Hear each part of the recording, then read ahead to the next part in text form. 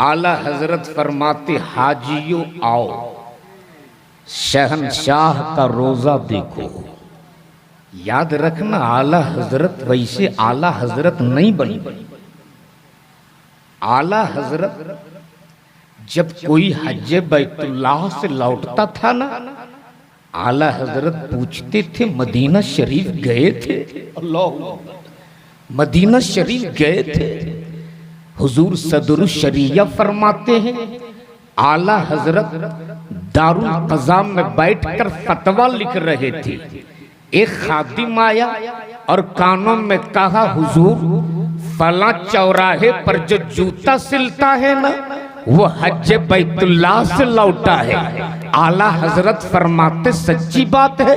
खादिम ने कहा हो हाँ हुजूर। आला हजरत ने कलम कहीं और रखा, पगड़ी कहीं और, जुब्बा कहीं और, किताब कहीं और। आला हजरत दारुल क़ज़ा से निकले। खादिम ने अर्ज किया हुजूर फतवा लिख लीजिए। आला हजरत फरमाते बाद में लिखूंगा। कहा हुजूर कुछ मेहमान आए हैं मिल लीजिए। आला हजरत फरमाते बाद में मिलूंगा। सरकार आला हजरत दारुल क़ज़ा से निकले गए। सौदागरान की गलियों में चलते चलती उसी चौराहे पे पहुंचा गए जहां वो जूता सिलने वाला हाजी अपने कामों में मसरूफ था। आला हजरत उसके करीब पहुंची और पहुंचने के बाद फरमाती मैंने सुना है कि अब हज बैतुल्लाह को गए थे? उसने कहा हाँ मैं गया था। आला हजरत फरमाते क्या तुम मदीना शरीफ गए थे? क्या तुम मेरे मुस्तफा का रोजा देखा है? उन्होंने कहा हाँ हुजूर, अल्लाह का करम है कि मुझको मदीने में 1.5 महीना रखने का मौका मिला है। इतना सुनना था वक्त के ताजदार इमाम इश्क मोहब्बत आला हजरत उसके पैर को चूमने लगे। खादिम ने कहा हुजूर ये क्या कर रहे हैं? आला हजरत फरमाते अरे ये वो कदम है जो कदम मेरे नबी के मदीने से लगा है। ये वो कदम है जो कदम मेरे मुस्तफा के शहर से लग कर आया। इसलिए फरमाते हरम की जमीन और कदम रख के चलना। हाय हाय हाय, हरम की जमीन और कदम रख के चलना। अरे सर का मौका है ओ जाने वाले, मुकद्दर के सिकंदर है ये लोग, किस्मत के धनी है ये लोग कि ये मुस्तफा के रोजे की जियारत के लिए जा रहे हैं। जरा बोल दो सुभान अल्लाह। आप अपने बच्चों को बताना कि गुंबद खजरा क्या है। अपने बच्चों को बताना कि गुंबद खजरा का मकाम क्या है। आप अपने बच्चों को बताना कि गुंबद खजरा की हैसियत क्या है। आओ जरा सुनो ये गुंबद खजरा क्या है।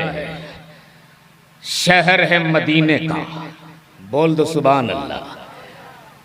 पाकिस्तानी हाजियों का काफिला जो मदीने में ठहरा था जिस होटल में, उस होटल के नीचे कूड़े खाने के करीब एक 6-7 साल का बच्चा बड़ी हसरत याद से उस कूड़े खाने को देख रहा। और जब उस बच्चे को यकीन हो गया कि हमें कोई नहीं देखता, तब वो बच्चा बड़ी तेजी से कूड़े खाने के करीब पहुंचा और उस कूड़े खाने में जो रोटियों के टुकड़े पड़े थे, जो चावल के दाने बिखरे थे, बड़ी मोहब्बत से रोटियों के टुकड़े को उठाता है, चावल के एक एक दाने को चुनता है, एक कैरी बैग में डालता है। डालने के बाद कूड़े खाने से बाहर निकला। जैसे ही बच्चा कूड़े खाने से बाहर निकला, एक हाजी की नजर पड़ गई।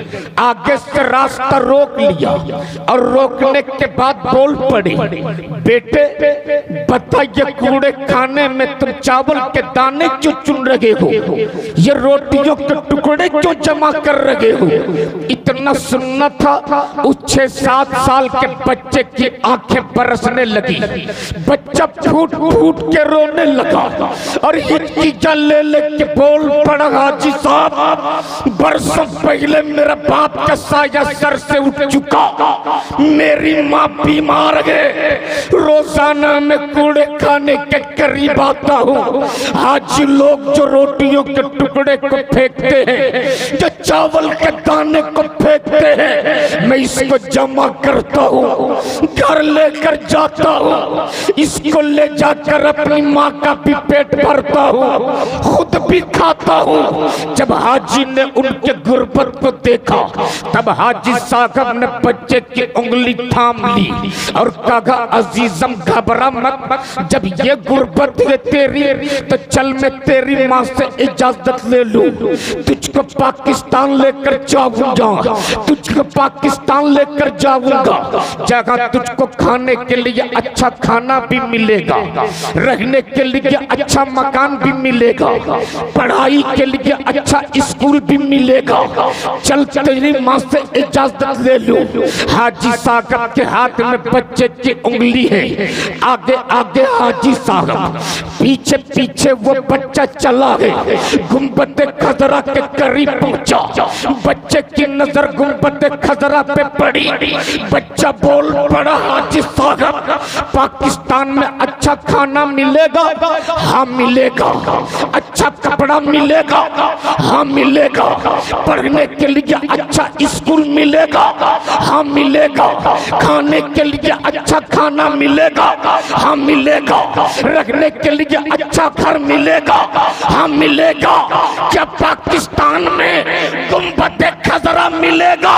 वो हाजी बोल पड़ा, ये मुकद्दर हिंदुस्तान का नहीं, गुंबद खजरा पाकिस्तान के मुकद्दर में नहीं, इंडोनेशिया के मुकद्दर में नहीं, जापान के मुकद्दर में नहीं, जर्डन के मुकद्दर में नहीं, अफगान के मुकद्दर में नहीं, ये तो मदीने के मुकद्दर में है। गुंबद खजरा तो शहर मदीना के मुकद्दर में है। इतना सुनना था, उस बच्चे ने अपनी उंगली को हाजी के हाथों से आजाद कर लिया और उस बच्चे ने कहा था, हाजी साहब हम और मेरी माँ गुंबद खजरा के साए के नीचे भूख की शिद्दत से दम तोड़ना तो पसंद कर सकते, लेकिन मदीने की जुदाई बर्दाश्त नहीं कर सकते, मदीने की जुदाई हम बर्दाश्त नहीं कर सकते। अल्लाहू अकबर। ये देखिए शायरी अहले सुन्नत, नारा लगा दिया, नारे तकबीर, नारे रिसालत, मसलके आला हजरत, मसलके आला हजरत, ज़ियारत हरीमैन शरीफैन, नारे तकबीर। सुभान अल्लाह। इधर आ जाइए, सुभान अल्लाह,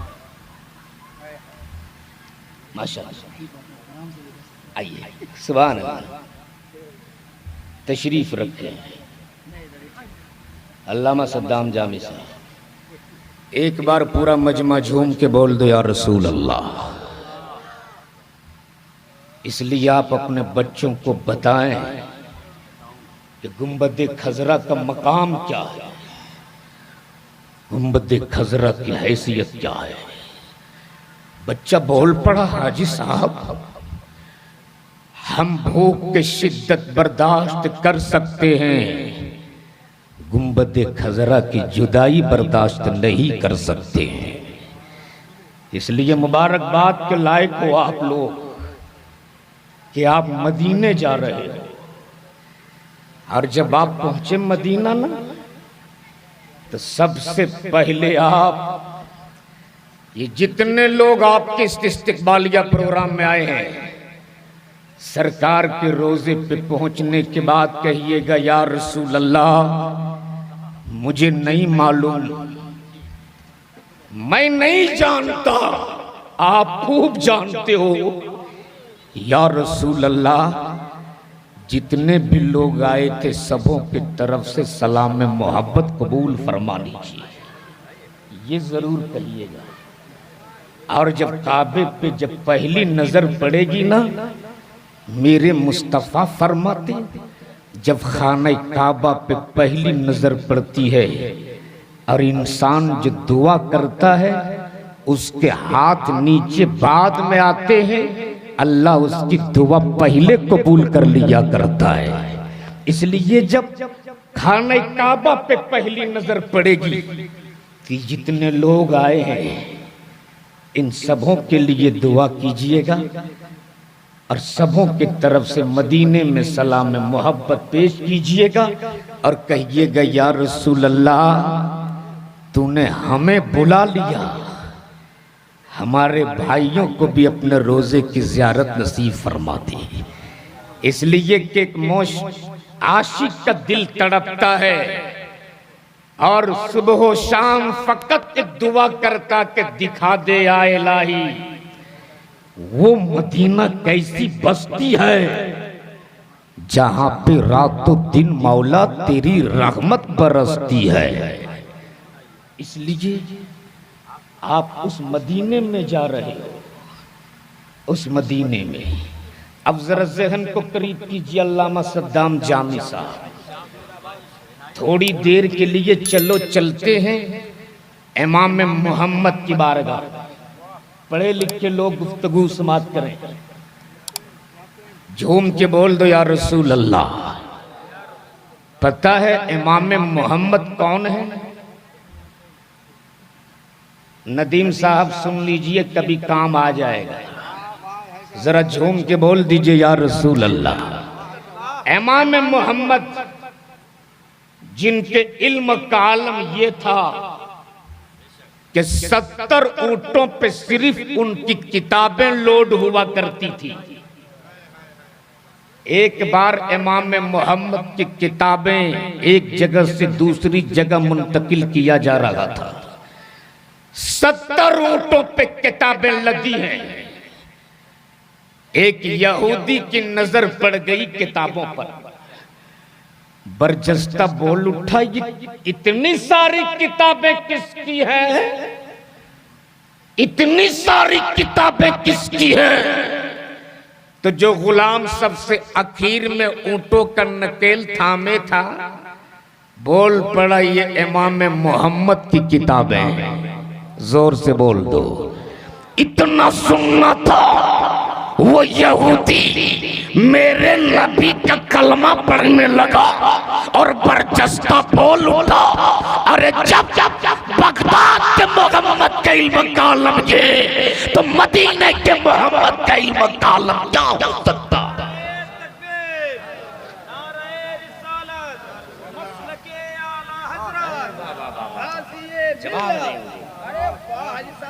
जब बगदाद के मोहम्मद का इल्म का आलम ये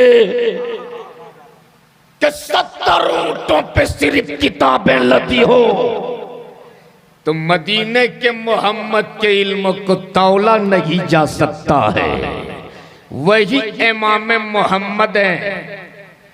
हज बैतुल्लाह का मौसम में बहार सामने है, हाजियों का काफिला ऊंटों पे सवार अल्लाहुम्मा लब्बैक की सदाएं देते जैसे ही शहर के चौराहे से गुजरा है।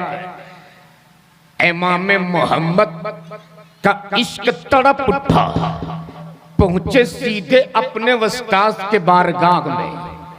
कहा हुजूर मैं भी हज बैतुल्लाह को जाना चाहता हूं। इमाम मोहम्मद के उस्ताद फरमाती क्या तुम इस लायक हो गए हो कि मदीने के एहतराम समझ लीजिए? अल्लाह अकबर। क्या तूने अपने आप को इस लायक बना लिया कि मदीने के जर्रों का एहतराम समझ लिए? उस्ताद ने इजाजत ना दी। इमाम मोहम्मद रुक गए। दूसरे साल फिर हाजियों का काफिला ऊंटों पे सवार अल्लाहुम्मा लब्बैक की सदाएं देती जैसे ही शहर के चौराहे से गुजरा है। इमाम मोहम्मद का इश्क तड़प उठा। फिर अपने वस्ताद के बारगाह में, हुजूर अब तो इजाजत दे दीजिए, मैं हज बैतुल्लाह को जाना चाहता हूँ, मुझको इजाजत दे दीजिए। उस्ताद ने फरमाया, क्या तुम एक साल में अपने आप को इस लायक बना लिए कि मदीने का एहतराम समझ लिए, मदीने की अजमत समझ लिए? दूसरे साल भी इजाजत ना मिली, साल गुजर गया। फिर हाजियों का काफिला ऊंटों पे सवार अल्लाहुम्मा लब्बैक की सदाएं देते जैसे ही शहर के चौराहे से गुजरा है। फिर इमाम मोहम्मद अपने उस्ताद के बारगाह में, हुजूर अब इजाजत दे दीजिए वरना सीना फट जाएगा।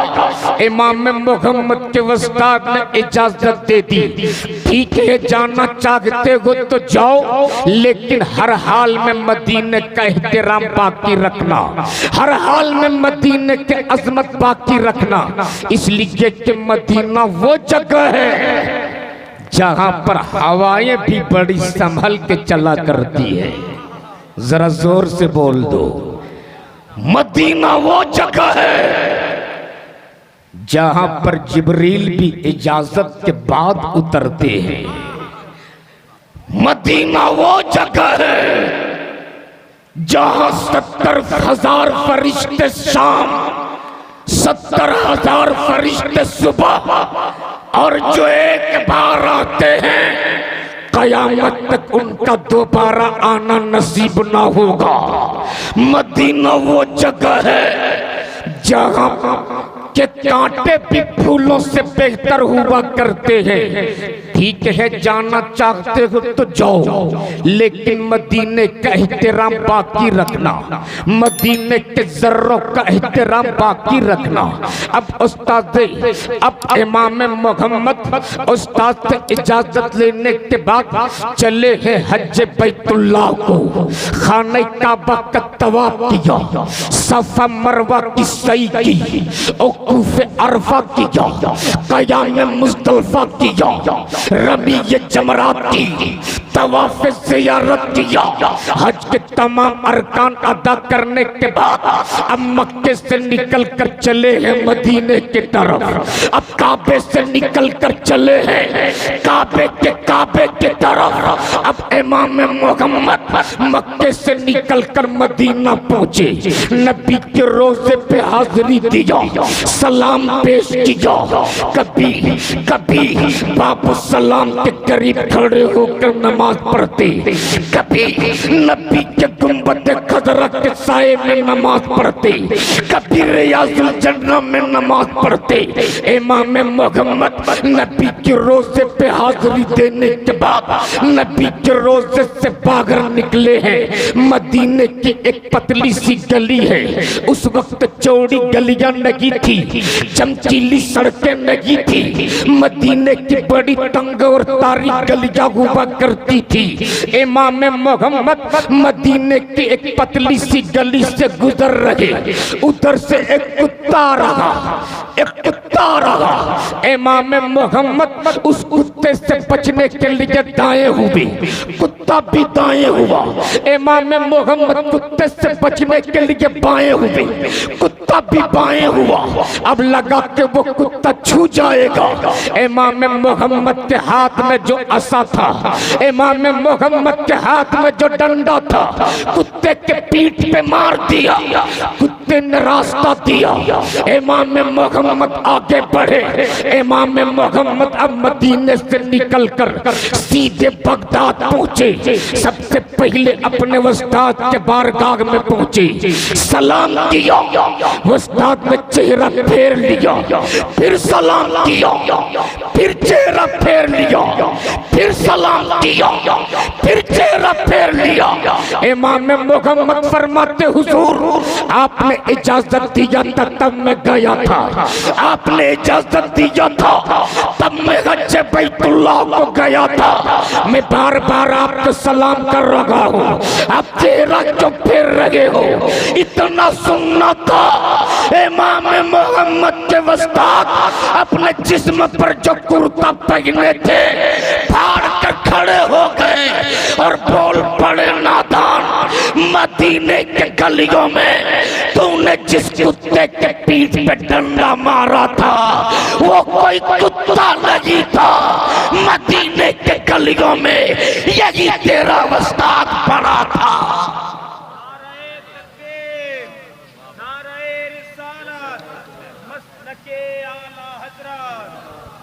तभी तो आला हजरत फरमाते, कोई क्यों पूछे तेरी बात रज़ा, कोई क्यों पूछे तेरी बात रज़ा, तुझसा कितने हजार फिरते हैं, इसलिए आप जा रहे हो नबी के रोजे पर, हर हाल में मदीने का एहतराम बाकी रखिएगा, संभल कर पांव रखना हाजियो, शहरे मदीना है, कहीं ऐसा ना हो सारा सफर बेकार हो जाए। इसलिए मुस्तफ़ा के रोजा वो रोजा है, वो रोजा है। खुदा की कसम, हम आप मुकद्दर के सिकंदर हैं कि हमें बार बार जाने का मौका मिलता है। नबी का रोजा तो वो है कि फरिश्ते एक बार आएंगे तो कयामत तक उनका दोबारा आना नसीब ना होगा। दुआ कीजिए, हमारे नदीम भाई भी इरादा रखते हैं और रमजान शरीफ में आप जा रहे हैं शायद ना, इरादा कर लीजिए ना, यही तो इस्लाम और नबी की शरीयत है। इरादा, हाँ भाई मैंने नाम लिखा है आपका जबले रहमत में, जबले रहमत में मैंने नाम लिखा है अपने अहबाब का, और जिस जबले रहमत में अगर नाम लिखा जाए तो फिर उन्हें जाने से कोई नहीं रोक सकता। मैंने नाम लिखा है, अब जरूर जाओगे इंशाअल्लाह, लेकिन जरा सी कोशिश अपने तरफ से भी होनी चाहिए। ये लोग तो नात पढ़ते हैं, आका बुला लीजिए, और फिरोज रहबर तो अब एक शेर पढ़ने लगे हैं कि तब मदीना जाऊंगा जब यहाँ से ट्रेन चलेगी। न ट्रेन चलेगी न ये मदीना जाएगा। अल्लाह तबारक ताला हमें आपको रसूल के रोजे की जियारत नसीब फरमा दे। बोल दीजिए आमीन, पूरा मजमा जोर से बोल दीजिए आमीन। वक्त बड़ी तेजी के साथ सफर कर गया है, और मेरे बाद शायर अहले सुन्नत जनाब नदीम रजा फैजी, जिनको इस वक्त दुनिया सुनना भी चाहती है, देखना भी चाहती है, वो शख्सियत, और मैं तो फख्र करता हूं कि मेरे मधुपुर में अल्हम्दुलिल्लाह ऐसी ऐसी शख्सियतें हैं जिस वक्त पूरे हिंदुस्तान में मधुपुर की नुमाइंदगी फरमा रहे हैं। एक तो नदीम रजा फैजी, हबीबुल्लाह फैजी। अल्लाह तबारक ताला मेरे इस जवान को अल्लाह सलामत रख। क्या बात रही, एक बार झूम के बोल दो या रसूल अल्लाह। पूरा मजमा एक आवाज में बोल दो या रसूल अल्लाह। नहीं अब नहीं करना,